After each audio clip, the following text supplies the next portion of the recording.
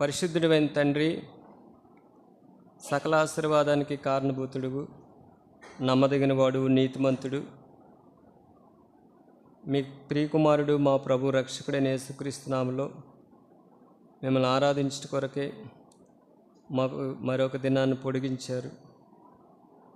ఈ సమయంలో ప్రభా మిమ్మల్ని ఆత్మతో సత్యంతో ఆరాధించట కొరకే నీ వాక్య ప్రత్యక్షతలోంచి మీరు మాతో మాట్లాడండి. గత దినాలుగా మీరు సహాయం చేస్తూ వచ్చారు. కృతజ్ఞతాస్తుతులు చెల్లిస్తున్నాను. ఈ సమయాన్ని కూడా నీకు మహిమకరంగా కూడి వచ్చిన మాకు ఆశీర్వాదకరంగా ఉంచండి. ప్రభు నీ వాక్యం చేత మమ్మల్ని బ్రతికించండి. నమ్మకమైన తండ్రి, ఈ సమయాన్ని మాకు అనుగ్రహించారు. ప్రభు దృష్టి నుంచి కాపాడండి. అన్ని విషయాల్లో సహాయం చేయమని ప్రార్థన చేస్తూ నీ మాటలు నా నోటిలో ఉంచండి. నీ చేతి నీళ్ళలో నన్ను కప్పండి. నా నోటికి తోడేయండి. పలకవలసింది మీరు బోధించమని ప్రభు మత్తయి సువార్త 10వ అధ్యాయం 20 నెరవేర్చండి. ఇర్మియా గ్రంథం 1వ అధ్యాయం 9 నెరవేర్చండి. యోహాను సువార్త 14వ అధ్యాయం 26 యోహాను సువార్త 15వ అధ్యాయం 26 యోహాను సువార్త 16వ అధ్యాయం 13 ఈ పరిచర్లో మీరు నెరవేర్చమని ప్రార్థన చేస్తూ ప్రభా అన్ని విషయాల్లో సహాయం చేయండి. అడుగుడి మీరు ఇస్తానన్నారు. నా నామం నన్ను ఏదడితే చేస్తానన్న ప్రభా ఈ పరిచర్య అంతటిలో కూడా మీ కనుదృష్టి మా మీద ఉంచండి. మీ సన్నిధి మా మీద ఉంచండి. నీ దాసుడిని నా ఎడల ప్రభా కీర్తన గ్రంథం 31వ అధ్యాయం 16 నెరవేర్చమని ప్రార్థన చేస్తూ ప్రభా అన్ని విషయాల్లో సహాయం చేయండి. నీ నామానికి మహిమ తెచ్చుకోమని ఇంకా ఎవరైతే మార్గ మధ్యలో ఉన్నారో వారిని కూడా జ్ఞాపం చేసుకోండి.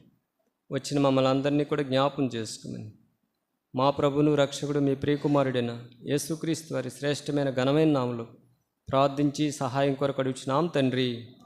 ఆమేన్.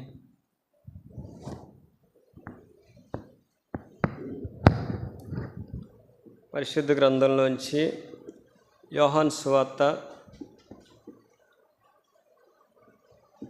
1వ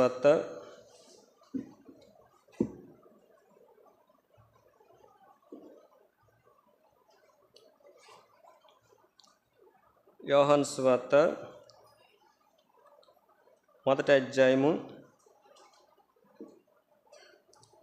1వ అధ్యాయం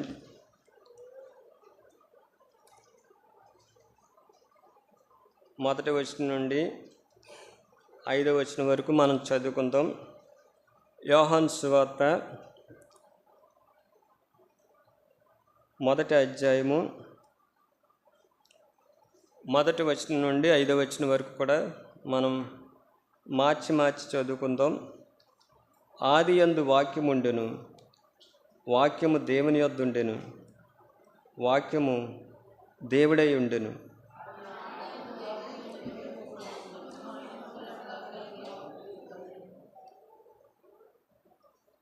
సమస్తమును ఆయన మూలంగా కలిగి ఉన్నది ఏది ఆయన లేకుండా కలగలేదు.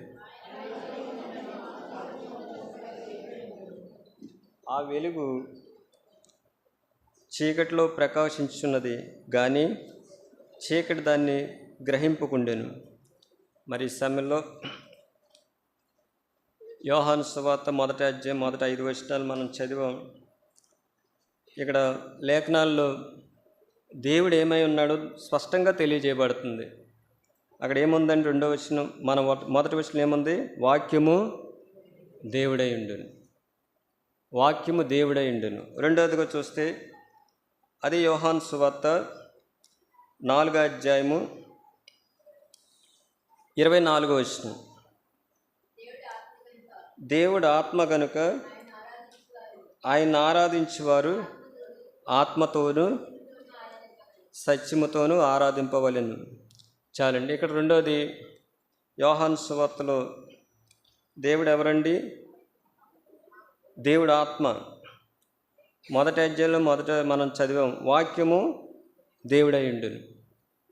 మరి వాక్యము దేవుడై ఉండును, దేవుడు ఆత్మ అని తెలియపరుస్తుంది. ఈ ఆత్మైన దేవుడిని, అందుకే ఇక్కడ ఒక మాట ఉంది, దేవుడు ఆత్మ గనుక ఆయన ఆరాధించేవారు ఆత్మతోనూ సత్యంతో. ఇక్కడ రెండు విషయాలు రాయబడ్డాయి. దేవుడు ఆత్మ, రెండోది దేవుడు చెప్పండి వాక్యమే దేవుడు అని రాయబడ్డది. సత్యము, సత్యం అంటే ఆయన వాక్యమే సత్యం. అంటే ఒక వ్యక్తి దేవుడిని ఆరాధించాలంటే అతడు ఏం కలిగి ఉండాలండి? సత్యాన్ని కలిగి ఉండాలి. రెండోది దేవుడిని కలిగి ఉండాలి. దేవుడిని కలిగి ఉన్నప్పుడే ఆత్మతో ఆరాధిస్తాడు. దేవుడు నా హృదయంలో లేనప్పుడు దేవుడిని ఆత్మతో సత్యముతో ఆరాధించలేడు. అందుకే ఈ సమయంలో యోహాను సువార్త ఆ మొదటి అధ్యాయంలో ఒక మాట చూడండి, మనం చదివిన భాగంలోనే. ఆది యందు వాక్యము ఉండెను, వాక్యము దేవుని యొద్ద ఉండెను, వాక్యము దేవుడై ఉండెను, ఆయన ఆది యందు దేవుని యొద్ద ఉండెను, సమస్తం ఆయన మూలంగా కలిగి ఉన్నది ఏది ఆయన లేకుండా కలగదు. ఆయనలో ఏముందంటండి? జీవం ఉందంట. ఆ జీవము మనుషులకు వెలుగై ఉండెనంట. ఆ వెలుగు చీకటిలో ప్రకాశించున్నది కానీ చీకటి దాన్ని గ్రహింపకుండా. ఈ సమయంలో కొన్ని విషయాలు ఈ లేఖనాల ద్వారా కొన్ని విషయాలు తెలుసుకుని ప్రభువుని ఆరాధిద్దాం. చూడండి, మొట్టమొదటి అదే అధ్యాయంలో 14 వచనం చదవండి. ఆ వాక్యము శరీరధారి అయి కృపాసత్య సంపూర్ణుడుగా మన మధ్య నివసించును, తండ్రి వలన కలిగిన అద్వితీయ కుమారుని మహిమ వలె మనం ఆయన మహిమను కనుగొంటుంది. ఈ సమయంలో వాక్యము దేవుడై ఉన్నాడు, దేవుడు ఆత్మని, ఆ వాక్యమే శరీరధారి అయి కృపా సత్య సంపూర్ణుడుగా మనమని. ఏ వాక్యము చెప్పండి? ఆ వాక్యము. ఆ వాక్యం ఏంటి చెప్పండి? అక్కడ రాయబడ్డ చూడండి, ఆ వాక్యము. ఏ వాక్యము? 14 వచ్చిన ఆ వాక్యము శరీరధారి అయి. ఏ వాక్యము? కొన్ని విషయాలు చూడండి, ఆ వాక్యం గురించి తెలుసుకుందాం. మొట్టమొదటిగా మనం చదివిన భాగాలు ఉంటుంది చూడండి. ఆది యందు ఉన్న వాక్యము. ఆది యందున్న ఆ వాక్యం అంటే మొట్టమొదటిగా ఏముందండి? ఆది యందు దేవుని వాక్యం ఉంది. ఆ వాక్యము శరీరధారి అయి కృపా సత్య సంపన్నుడిగా మన మధ్య నివసించండి. ఆ వాక్యం ఏంటో కొన్ని విషయాలు తెలుసుకుని ప్రభుని ఆరాధిద్దాం. చూడండి, మొట్టమొదటిగా యాకోబు రాసిన పత్రిక, ఆ వాక్యం ఏమిటి చదవండి. యాకోబు రాసిన పత్రిక మొదటి అధ్యాయము 21వ వచనం. అందుచేత ఒకళ్ళు స్పష్టంగా చదవండి. యాకోబు రాసిన పత్రిక మొదటి అధ్యాయం 21వ వచనం. అందుచేత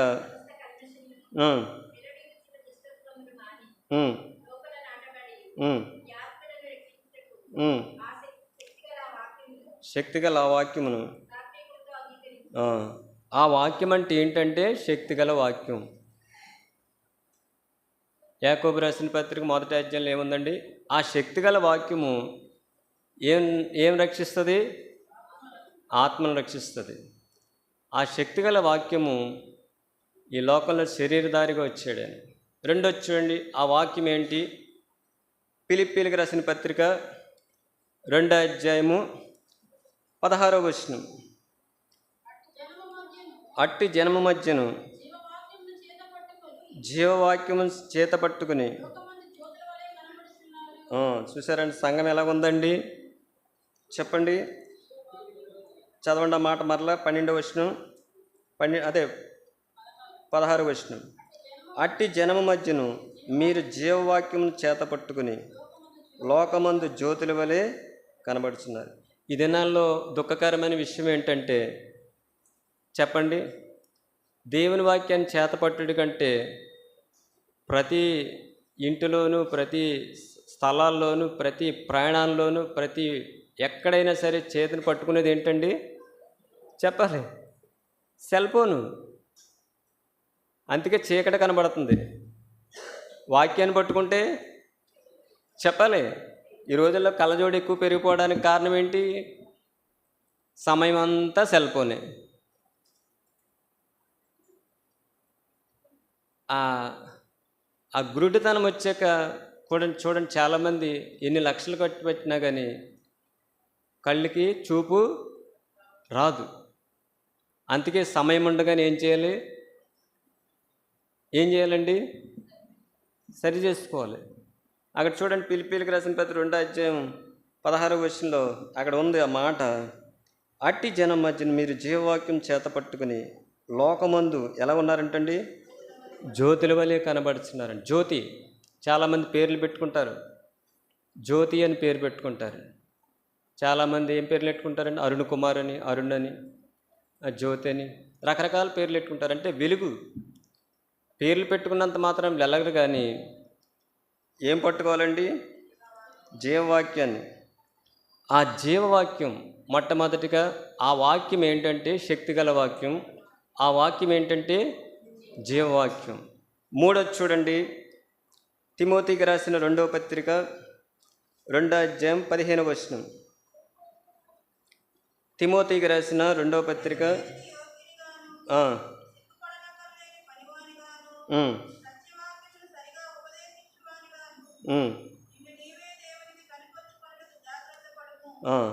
అపోస్తలుడైన పౌలు గారు తిమోతికి రాసిన పత్రికలో తిమోతికి రాస్తూ అంటున్నాడు, ఆయన ఏం చెప్పమన్నాడండి? దేవుని ఎదుట యోగ్యునిగాను, సిగ్గుపడనక్కర్లేని పనివానిగాను, సత్యవాక్యమును సరిగా ఉపదేశించువానిగాను నిన్ను నీవే దేవునికి కనపరుచుకొనుటకు జాగ్రత్త పడు. మూడోదిగా చూస్తే ఆ వాక్యం ఏంటంటే సత్యవాక్యం. ఏ వాక్యం అండి అది? సత్యవాక్యం. యేసుప్రభువు వారు కూడా ఈ లోకంలోకి వచ్చినప్పుడు అంటారు, పిలాతు అడుగుతాడు. పిలాతు అడిగినప్పుడు సత్యం అంటే ఏంటి? అక్కడ చూడండి ఆ మాట, యోహాను సువార్త 17 యోహాను సువార్త 17 ఇక్కడ మాట ఉంది చూడండి, 17. సత్యమందు వారిని ప్రతిష్ఠించు, నీ వాక్యమే సత్యం. ఈ దినాన దేవుడిని ఆరాధించాలంటే మనలో ఏముండాలండి? సత్యం ఉండాలి. అందుకే యేసుప్రభువు వారు సమరయ స్త్రీతో స్పష్టంగా చెప్పారు, సత్యం లేకుండా నువ్వు ప్రభువుని పెదవులతో ఆరాధిస్తే మనుషులు అంగీకరిస్తారేమో, కానీ దేవుడు మాత్రం దాన్ని అంగీకరించాడు. ఆ వాక్యము శరీరధారే. ఏంటి ఆ వాక్యం అంటే? శక్తిగల వాక్యం. ఏంటి ఆ వాక్యం అంటే? జీవవాక్యం. ఏంటి ఆ వాక్యం అంటే? సత్యవాక్యం. 4 విషయం చూడండి, అపోస్తల కార్యములు 2:32.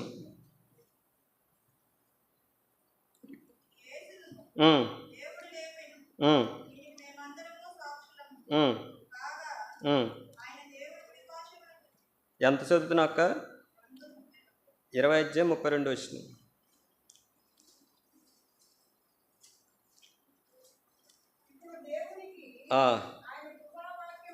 ఇప్పుడు దేవునికిని ఆయన కృపావాక్యం మిమ్మును ఎవరిని అప్పగించేస్తున్నాడండి? ఎవరికి అప్పగిస్తున్నాడు? ఎవరిని అప్పగిస్తున్నాడు? సంఘ పెద్దల్ని. అక్కడ పెద్దలను నియమించాడు. చూడండి ఆ మాట పైన ఉంటుంది, చదవండి. 17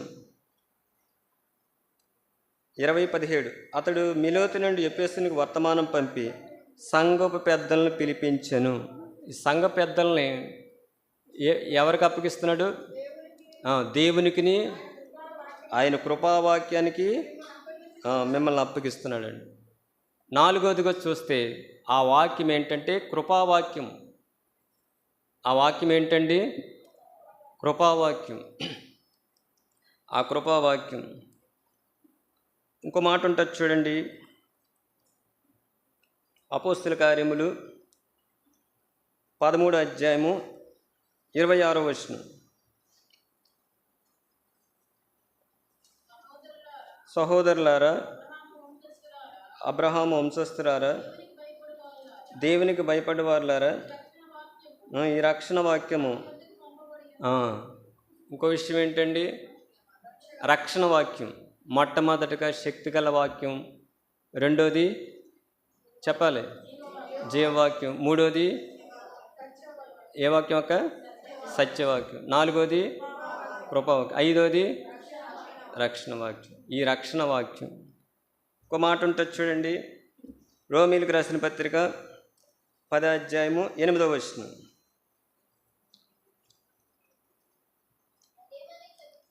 అదేమని చెప్పుచున్నది? వాక్యము నీ యొద్దను ఉమ్, ఉమ్. విశ్వాస వాక్యమే.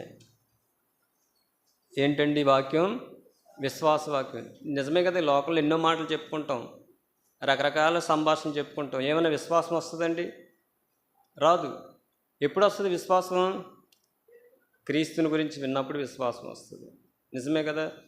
ఆ 12 సంవత్సరాల నుంచి ఆ వ్యాధిగ్రస్తురాలు ప్రభు గురించి వింది. అప్పుడు ఆవిడికి ఏమొచ్చింది చెప్పాలి? విశ్వాసం వచ్చింది. ఆ విశ్వాసం వచ్చింది. ఇంకో మాట ఉంటుంది చూడండి ఆ వాక్యం గురించి.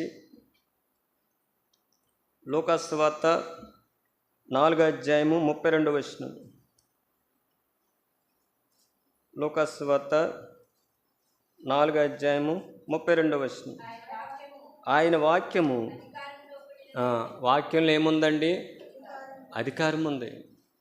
అందుకే ప్రభు ఈ లోకంలో శరీరధారిగా ఉన్నప్పుడు అపవిత్రాత్మను విడిచిపోమ్మంటే విడిచి వెళ్ళిపోయింది. ఆ రోగాలు కూడా ఏమైపోయినాయి? వెళ్ళిపోయినాయి. ఎందుకంటే ఆయన వాక్యంలో అధికారం ఉంది. చూడండి, చాలామంది చోట్ల బ్రేక్ ఇన్స్పెక్టర్ రోడ్ల మీద నిలబడతాడు. ఎలాంటోరైనా సరే ఆ బ్రేక్ ఇన్స్పెక్టర్ చూసి ఏమంటారండి?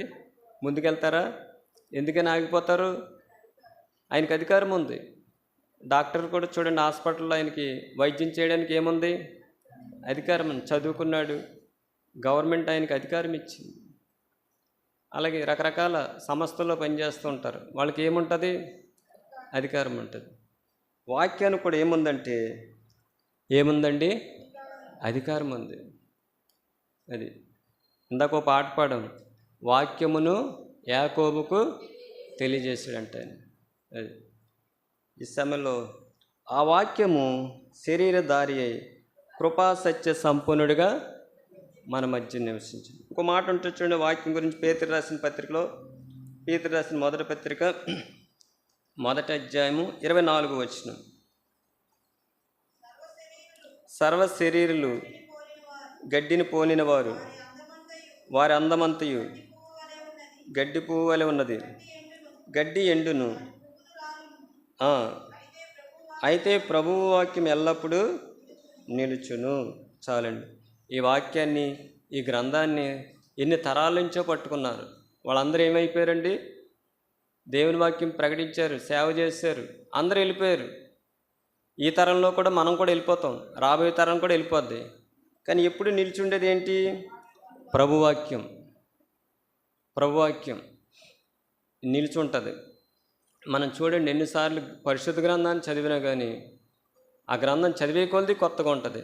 ఏదన్నా పత్రికలు చదవండి, ఆ వార్తాపత్రికలు కొన్ని ఉంటాయి, అవి ఒకసారి మరలా చూడాలనిపించదు. ఎందుకని? ఏమి లేదు అందులో. జీవం లేదు, శక్తి లేదు, రక్షణ లేదు, విశ్వాసం లేదు, ఇంకేమి లేదు. చెప్పండి. అందుకే ఆ వాక్యము శరీరధారి కృపా సత్య సంపూర్ణుడిగా మన మధ్య నివసించాడు. ఈ వాక్యం గురించి అదే అపోస్తలుడైన పేతురు గారు ఇంకో మాట రాశారు చూడండి. పేతురు రాసిన 2వ పత్రిక 1:19. మరియు ఇంతకంటే స్థిరమైన ప్రవచన వాక్యం మనకున్నది, తెల్లవారి వేకువ చుక్క మీ హృదయంలో ఉదయించే వరకు ఆ వాక్యము చీకటి గల చోటున. ఈ ప్రవచన వాక్యం ఎలాగుందండి? చీకటి గల చోట. యేసుప్రభువు వారు కూడా ఈ లోకంలో ఉన్నప్పుడు అంటారు, నేను లోకమునకు వెలుగు. ఈ లోకంలో ఏముందంటే చీకటి. ఆ చీకటి గురించి అపోస్తలుడైన పేతురు గారు తన పత్రికలో రాస్తూ అన్నారు ఆయన, మరియు ఇంతకంటే స్థిరమైన ప్రవచన వాక్యం మనకున్నది, తెల్లవారి వేకువ చుక్క మీ హృదయములలో ఉదయించు వరకు ఆ వాక్యము చీకటి గల చోటున వెలిగిచ్చు దీపమైనట్టు ఉన్నది, దాని యందు మీరు లక్ష్యం ఉంచిన ఎడల మేలు. చూసారండి, వాక్యం యందు లక్ష్యం ఉంచితే ఏంటి? మేలు. ఈ సమయంలో వాక్యము దేవుడై ఉన్నాడు, దేవుడు ఆత్మ. ఆ వాక్యము శరీరధారి అయి కృపా సత్య సంపూర్ణుడిగా మన మధ్య నివసించండి. చూడండి, కొన్ని విషయాలు చదివిన భాగంలోంచి తెలుసుకుందాం. మొట్టమొదటిగా చూడండి, ఆ వాక్యము చదవండి. శక్తిగల వాక్యము అంటే ఏం చేస్తుంది? బ్రాకెట్లో పెట్టుకుని ఏం చేస్తుంది? శక్తి గల వాక్యం అంటే రక్షిస్తుంది.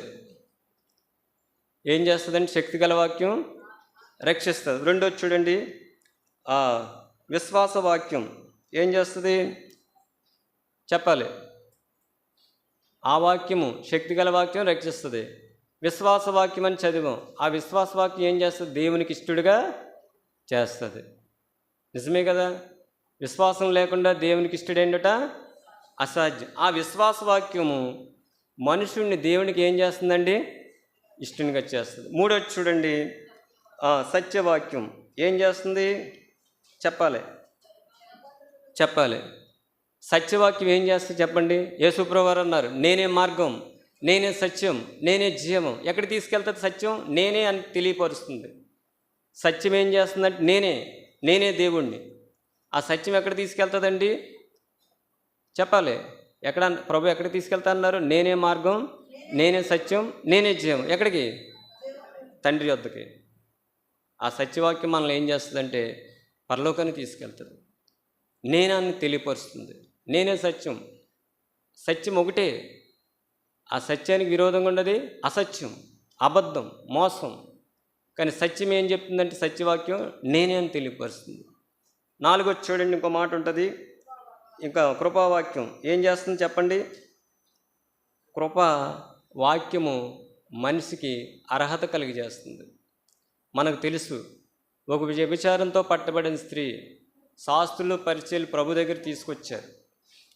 ఆ స్త్రీ వ్యభిచరింపబడ్డది, పాపం చేసింది. ధర్మశాస్త్రం ప్రకారం ఏం చేయాలండి? ఆవిని కొట్టి చంపేయాలి, మరణానికి పాత్రలు. అయితే అక్కడ కృప ఉంది, వాక్యం చూడండి. ఆ భాగాన్ని ఒకసారి జ్ఞాపం చేసుకుందాం. యోహాను సువార్త 8వ అధ్యాయము. యోహాను సువార్త 8వ అధ్యాయం. యేసుప్రభువు వారు ఇక్కడ కృప ఉంది, సత్యం ఉంది, రెండు ఉన్నాయి. ఇక్కడ కనబడుతుంది చూడండి. 8వ అధ్యాయం యోహాను సువార్త 7వ వచనం చదవండి. వారు ఆయన పట్టుకొని చక్కగా చదవండి అక్క. వారు ఆయన పట్టు వదలకు అడుగుచుండగా ఆయన తల ఎత్తి చూసి, మీలో పాపం లేనివాడు మొట్టమొదటిగా ఆమె మీద రాయి వేయవచ్చునని వారితో చెప్పింది. ఇక్కడ ఏం చెప్తున్నారు ప్రభు? సత్యం. అక్కడ ఏమన్నారు? మీలో పాపం అంటే సత్యం చెప్తున్నారు. అంటే వాళ్ళు పాపం ఉంది. ఆ స్త్రీలోనే కాదు, తీసుకొచ్చిన వారిలో కూడా ఏముందండి? పాపం ఉంది. చదవండి కింద భాగాన్ని.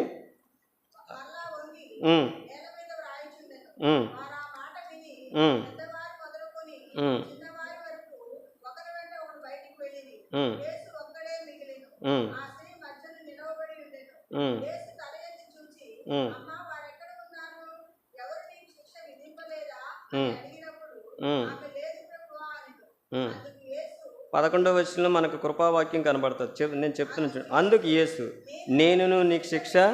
ఇక్కడ ఏం బయలుపడ్డ? కృప ఏం చేస్తుందండి చెప్పాలి. రక్షణ, శిక్ష లేదు. సత్యం చెప్పాడు. మళ్ళీ ఇంకో మాట అన్నాడు చూడండి. ఇకను పాపము, ఇది సత్యం. సత్యం ఏం చెప్తుందంటే ఇంకా పాపం చేయకమని చెప్తుంది. కృప ఏం చేసింది అక్కడ? అది. అందుకే కృపావాక్యం. ఆ వాక్యము కృపాసత్య సంపూర్ణుడై ఎలా నివసించాడండి? శరీరధారిగా నివసించాడు. ఈ సమయంలో కృప ఏం చేస్తుంది చెప్పండి? అర్హత కలిగి చేస్తుంది. ఒక మాట ఉంటుంది చూడండి, రక్షణ వాక్యం చెప్పండి. దానికి ఏంటి చెప్పండి, మీరే చెప్పండి. రక్షణ అంటే భద్రత. ఏంటండి? ప్రొటెక్షన్ అంటే మీకు తెలుసు కదా, చాలామంది ఇంగ్లీష్ చదువుకున్న వాళ్ళు ఉంటారు. భద్రత, క్షేమము కలగజేస్తుంది. ఆ వాక్యము శరీరధారి కృపా సత్య సంపన్నుడిగా మన మధ్యన నివసించాడు. మొట్టమొదటిగా శక్తి గల వాక్యం ఏం చేస్తుందండి? రక్షిస్తుంది. రెండోది చెప్పండి, జీవవాక్యం ఏం చేస్తుంది? జీవం. అది కూడా చూడండి, జీవవాక్యం అని ఉంది కదా.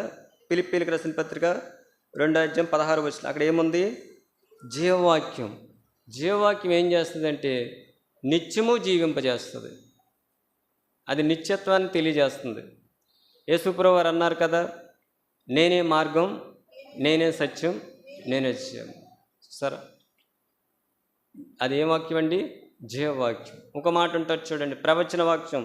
అపోస్తలుడైన పేతురు గారు రాశారు ఆ పత్రికలు చూడండి. ఏంటి? 1వ అధ్యాయం 19వ వచనం. పేతురు రాసిన 2వ పత్రిక 1:19. అదేం తెలియజేస్తుందంటే ఉమ్, ఉమ్, ఉమ్, ఉమ్, ఉమ్. ప్రవచనం అంటే చాలామంది ప్రవచనాలు అంటారు. నీకు ఉద్యోగం వచ్చేస్తుంది, నీకు పిల్లలు పుట్టేస్తారు, నీకు అది వచ్చేస్తుంది, ఇది వచ్చేస్తుంది అని రకరకాలుగా ప్రవచిస్తుంటారు. ప్రవచనం ఏంటంటే భవిష్యత్తుని తెలియజేస్తుంది. ఏం తెలియజేస్తుందండి? భవిష్యత్తు. ఈ సమయంలో ఇంకో మాట అదే అపోస్తలుడైన పేతురు గారు ఏం రాశారండి? ఇంకో మాట రాశారండి, చదవండి. ఇంకో మాట ఉంటుంది, ప్రవచన వాక్యం కాకుండా ఇంకో మాట ఉంది చూడండి. ప్రభు వాక్యం, పేతురు రాసిన 1వ పత్రిక 1వ అధ్యాయము 24వ వచనం. అక్కడ ఏమన్నారండి? చదవండి.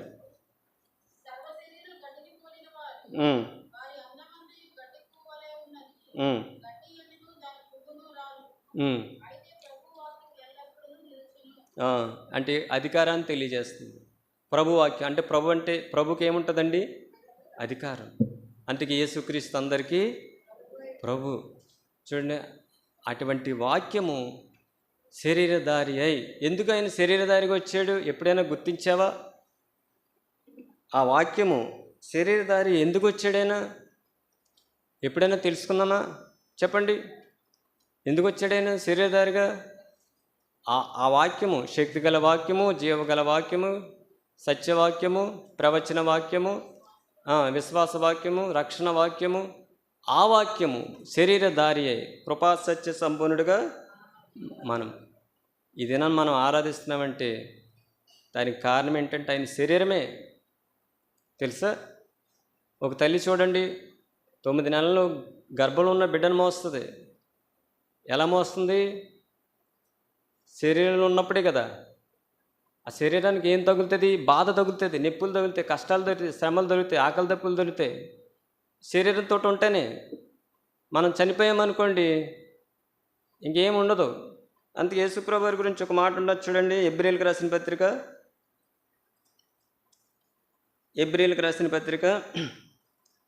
5వ అధ్యాయము 7వ వచనం చదవండి. శరీరధారి ఉన్న దినములలో ఎలా ఉన్నాడంటండి ఆయన? మహారోదన. చాలు. ఆయన శరీరధారిగా రావడానికి కారణం ఏంటంటే ఏమనిపించాడైనా? మహారోదన. నిజమే కదా, శరీరం ఉంటేనే కన్నీళ్ళు వస్తాయి. ఏ రోదన అండి అది? మహారోదన. రెండో మాట ఉంటుంది చూడండి, ఆయన శరీరధారిగా ఎందుకు వచ్చాడో? కన్నీళ్లతోనూ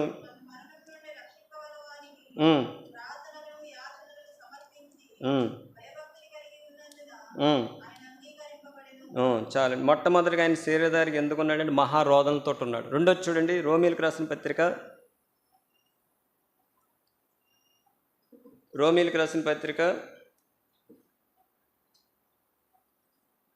8వ అధ్యాయము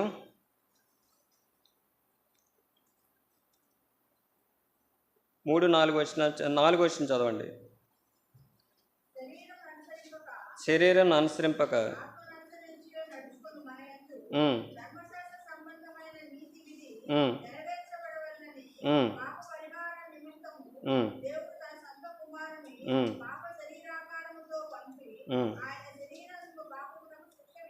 ఇది రెండోది. ఆయన శరీరధారికి ఎందుకు వచ్చాడంటే పాప పరిహారం నిమిత్తము తన సొంత కుమారుని పాప శరీరాకారంతో పంపి ఆయన శరీరం అందు ఏమి విధించాడండి? పాపానికి శిక్ష విధించాడు. ఏమి విధించాడు? పాపానికి శిక్ష. మూడోది చూడండి, పేతురు రాసిన పత్రికలో ఉంటుంది ఆ భాగము. పేతురు రాసిన 1వ పత్రిక 2వ అధ్యాయము 21వ వచనం. క్రీస్తు కూడా మీ కొరకు. చాలండి. మూడోది ఏంటండి? ఆయన శరీరధారిగా ఉన్నప్పుడు బాధ, మహారోదన.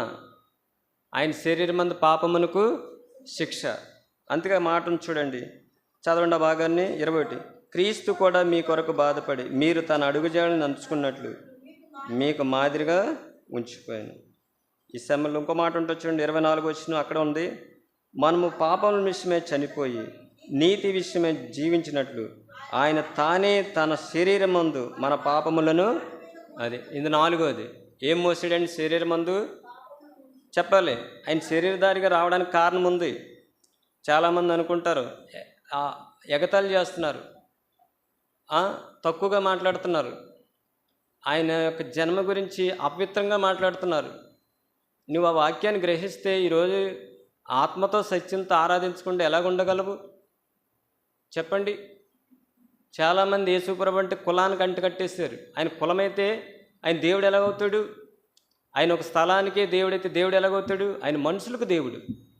కులాలు మనుషులు పెట్టుకున్నారు. ఆదాము ఎక్కడి నుంచి వచ్చాడు చెప్పాలి. చాలామంది వాక్యం ఎరిగి కూడా గుడితనంగా ప్రవర్తిస్తున్నారు. కులం ఉందా? ఆదాము ఎక్కడున్నాడు? మట్టి. మనమెవరం? మట్టి.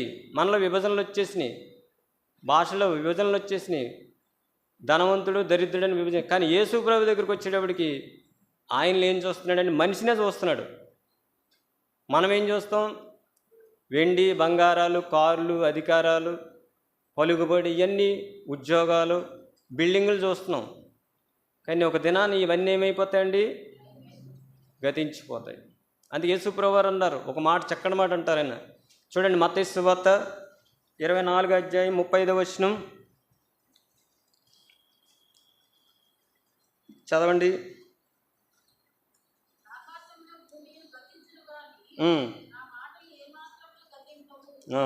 ఏమంటున్నారండి ప్రభు? భూమే గతించిపోతుంది. భూమి మీద ఉన్న మనుషులు ఎక్కడ ఉంటారు చెప్పండి? అపార్ట్మెంట్లు, బిల్డింగులు, కార్లు ఇవి ఉంటాయా? ప్రభు ఒక్క మాట అన్నారు, ఆకాశము భూమి గతించిన కానీ నా మాటలు. కానీ ఈ దినాల్లో ఏంటంటే మందిరంలో కూడా అదే విభజన. ఏ వ్యక్తి అయినా కులాన్ని అనుసరిస్తే పరలోకం వెళ్ళడు. ఎవరిని అనుసరించాలండి? సత్యాన్ని. ప్రభు అన్నారు స్పష్టంగా, నేనే మార్గం, నేనే సత్యం, నేనే జీవం. ఎవరైతే అలా అనుసరిస్తారో పరలోకంలో చోటు ఉంటుంది. డబ్బుతో పరలోకానికి వెళ్ళవు, ఉద్యోగంతో పరలోకానికి వెళ్ళవు, కులంతో పరలోకానికి వెళ్ళవు. ఎవరితో వెళ్తావు పరలోకానికి? యేసు ప్రభుతో పరలోకానికి వెళ్తావు. అందుకే స్పష్టంగా ప్రభు చెప్పారు. ఈ దినాల్లో ఏంటంటే భేదాభిప్రాయాలు, సత్యానికి చోటిస్తలేదు. చూడండి, ఒక మాట ఉంటుంది రోమీలకు రాసిన పత్రికలో, రోమీలకు రాసిన పత్రిక 1:28 మరియు వారు తమ మనసులో ఏమి ఇవ్వలేదంటండి? మనసులో దేవుని చోటిస్తలేదు, లోక విషయాలకే చోటిస్తున్నారు. అందుకే అక్కడ మాట రాయించారు చూడండి. అపోస్తలుడైన పౌలు ఒక మాట ఉంటుంది, మరియు వారు తమ మనసులో దేవునికి చోటు ఇవ్వలేకపోయారు. చేయరాని కార్యం చేటుకు దేవుడు ఎక్కడికి అప్పగిస్తాడండి? భ్రష్ట మనసుకు అప్పగించాడు. చేయరాని కార్యాలు అంటారు. ఈ సమయంలో ప్రభువుని ఆరాధించాలంటే మనలో ఏముండాలండి? సత్యం ఉండాలి. సత్యం లేకుండా 4 మాటలు పెదవులతో ఆరాధిస్తే అది మనుషులకి ఇంపుగా ఉంటుంది, కానీ దేవుడు అంగీకరించాడు. దేవుడికి కావాల్సింది ఏంటంటే ఆత్మతోనూ సత్యం. అలాంటి వారు కావాలని కోరుకుంటున్నాడు. అందుకే ఆ వాక్యము శరీరధారి అయి కృపా సత్య సంపన్నుడుగా మన మధ్య నివసించాడు. ఈ సమయంలో ఆ వాక్యాన్ని ఏం తెలియజేస్తుందంటే చెప్పండి, ఎన్ని విషయాలు తెలుసుకున్నాం? మొట్టమొదటిగా ఆ వాక్యము శక్తిగల వాక్యము, జీవవాక్యము, సత్యవాక్యము, కృపావాక్యము, రక్షణ వాక్యము, అధికారం గలవా. ఆ వాక్యము శరీరధారి అయి. ఎందుకు వచ్చాడని శరీరధారి కంటే? ముఖం మీద ఉమ్మేయించుకుంటాకు వచ్చాడు, చెంపదెబ్బలు కొట్టించుకుంటాకు వచ్చాడు, అవమానం భరించడానికి వచ్చాడు, తల మీద ముళ్ళ కిరీటం ధరించుకోవడానికి వచ్చాడు. అమర్యాదగా మాట్లాడుతుంటే ఏం చేశాడండి ఆయన? చెప్పాలి. వీడు అన్నారు ఆయన్ని. ఒక అధికారిని వీడంటూ ఊరుకుంటాడా? ఆయన్ని వీడు అన్నారు, చెంపల మీద కొట్టారు,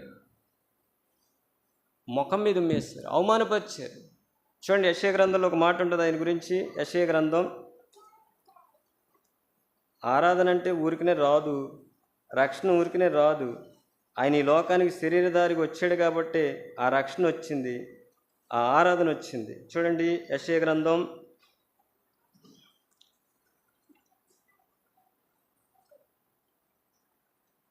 50 అధ్యాయము 6వ వచనం.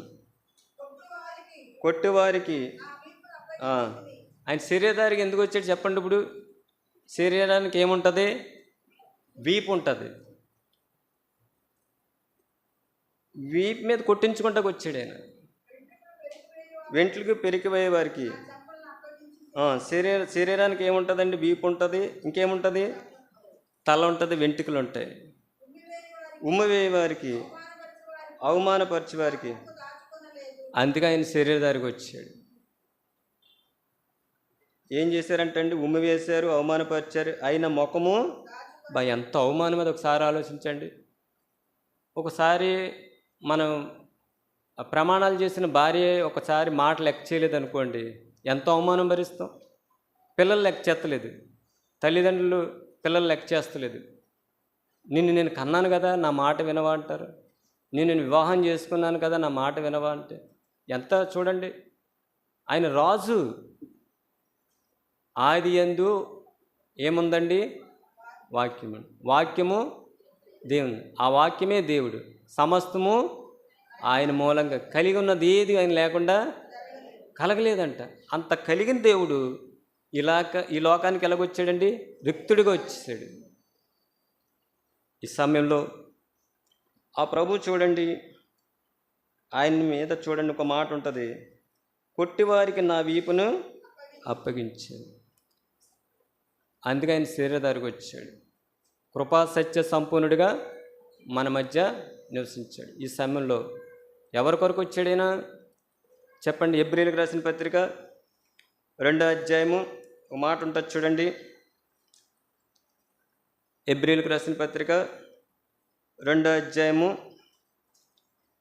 చదవండి. ఆ మాట కూడా అక్కడ ఉంది, 14-15 వచనాలు. కాబట్టి ఆ పిల్లలు రక్తమాంసం గలవారైనందున ఆ ప్రకారమే మరణం యొక్క బలము గలవాన్ని, అనగా అపవాదిని మరణం ద్వారా నశింపజేయుటకు జీవితకాలమంతయు మరణ భయము చేత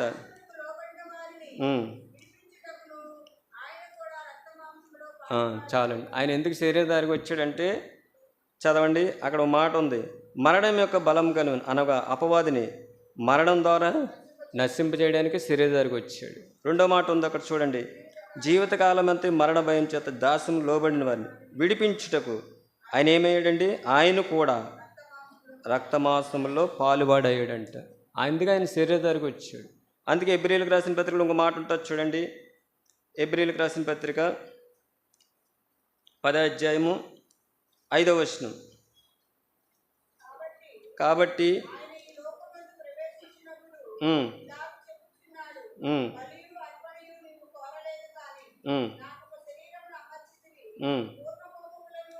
ఏం శరీరం అంటే అది? ఎందుకు శరీరధారికి వచ్చాడంటే అక్కడ ఒక మాట ఉంది, నాకు ఒక శరీరమును అమర్చి. కింద భాగంలో ఉంటుంది, దేవా నీ చిత్తం నెరవేర్చుటకు ఇదిగో నేను. ఆయన శరీరధారికి ఎందుకు వచ్చాడంటే దేవుని చిత్తాన్ని నెరవేర్చడానికి వచ్చాడు. ఈ సమయంలో ఆ వాక్యము కృపా సత్య సంపూర్ణుడిగా మన మధ్య ఎలా నివసించాడండి? శరీరధారిగా. ఇప్పుడు ఆయన శరీరధారిగా లేడు. మన పాపముల కొరకైనా రోమా 3:23 ప్రకారం ఏం చేయబడ్డాడైనా చెప్పండి? ఏ భేదం లేదు, అందరూ పాపం చేసి దేవుడు అనుగ్రహించి మహిమను, పాపం వల్ల వచ్చే జీతం మరణం. మనందరికీ మరణ భయం ఉంది. మనందరం కూడా విడిపించబడాలి. దాస్యత్వంలో ఉన్నాం. అందుకే ప్రభు ఈ లోకానికి రక్తమాంసములు గలవాడయ్యాడు. ఎందుకంటే రోమా 8 అక్కడ చదివాం కదండి, పాపానికి ఏమి చేశాడైనా చెప్పండి. 8వ అధ్యాయం చదవండి ఆ భాగాన్ని. రోమా 8వ అధ్యాయము 3-4 వచనాలు చదవండి ఆ మాట. శరీరం కింద చదవక, కింద భాగాన్ని చదువు.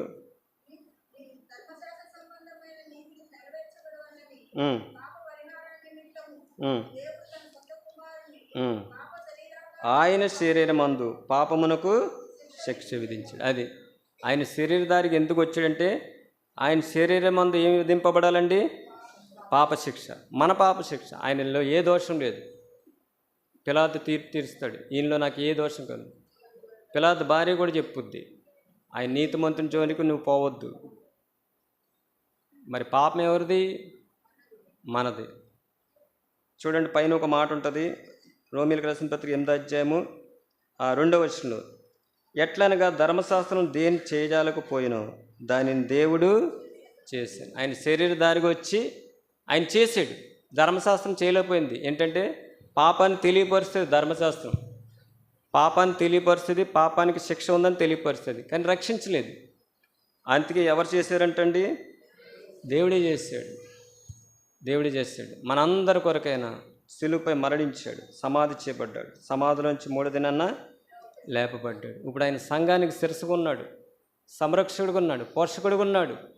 ఆయన శరీరధారిగా ఇప్పుడు లేడు. ఎలాగున్నాడండి? సంఘం ఉందంటే ఆ సంఘానికి శిరస్సు ఎవరు? సేవకుడు కాదు, సంఘ పెద్దలు కాదు, విశ్వాసులు కాదు. ఎవరండి? ప్రభు. ఆ సంఘానికి శిరస్సుగా ఉండడానికి, ఆ సంఘానికి ప్రభువుగా ఉండడానికి, ఆ సంఘానికి సంరక్షకుడిగా ఉండడానికి, ఆ సంఘం ఈ దినాన ప్రభు కోర్చున్నదంటే ఆత్మతోనూ చచ్చింది.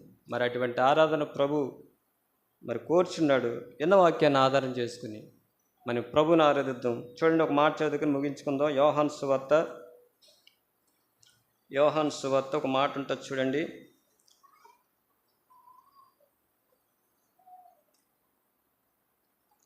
యోహాను సువార్త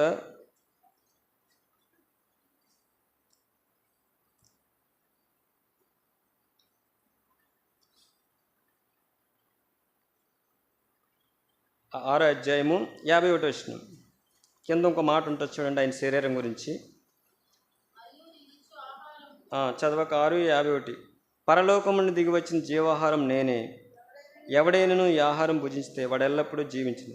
మరియు నేను ఇచ్చే ఆహారము లోకమునకు జీవము కొరకైన నా ఆయన శరీరం దారికి ఎందుకు వచ్చాడంటే మనకు జీవాన్ని ఇవ్వడానికి.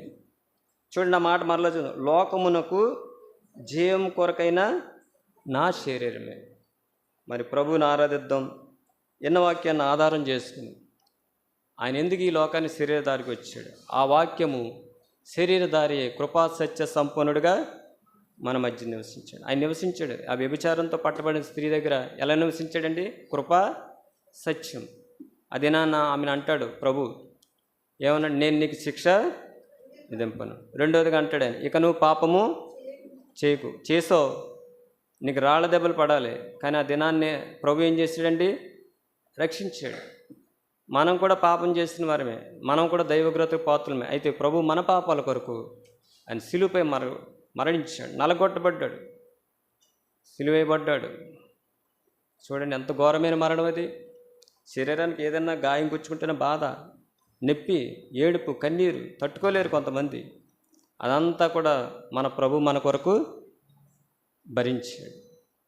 మరి ప్రభుని ఆరాధిద్దాం. ఎన్న వాక్యాన్ని ఆధారం చేసుకుని మనలో సత్యం ఉంటే, మనలో ఆ జీవం ఉంటే, ఇంకేం ఉండాలండి? ఆ శక్తి ఉంటే, ఇవన్నీ ఉంటే ప్రభుని ఎలా ఆరాధిస్తావు? నువ్వు ఆత్మతోనూ సత్యంటారు. ప్రభు అటువంటి కృప మనకు అనుగ్రహించిన గాక.